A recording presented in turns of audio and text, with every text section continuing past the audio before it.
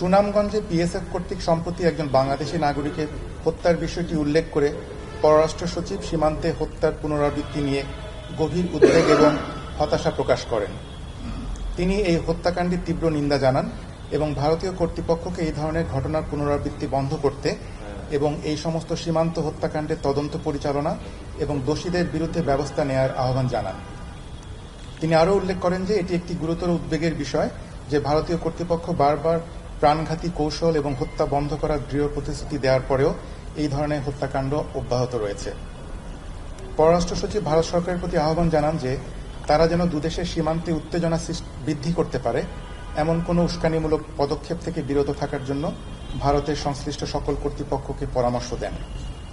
পররাষ্ট্র সচিব আরও উল্লেখ করেন, বাংলাদেশ বিশ্বাস করে যে সীমান্তে শান্তি ও স্থিতিশীলতা বজায় রাখার লক্ষ্যে এই ধরনের সমস্যাগুলো গঠনমূলক সংলাপের মাধ্যমে এবং বিদ্যমান দ্বিপাক্ষিক চুক্তি অনুসারে সমাধান করা উচিত।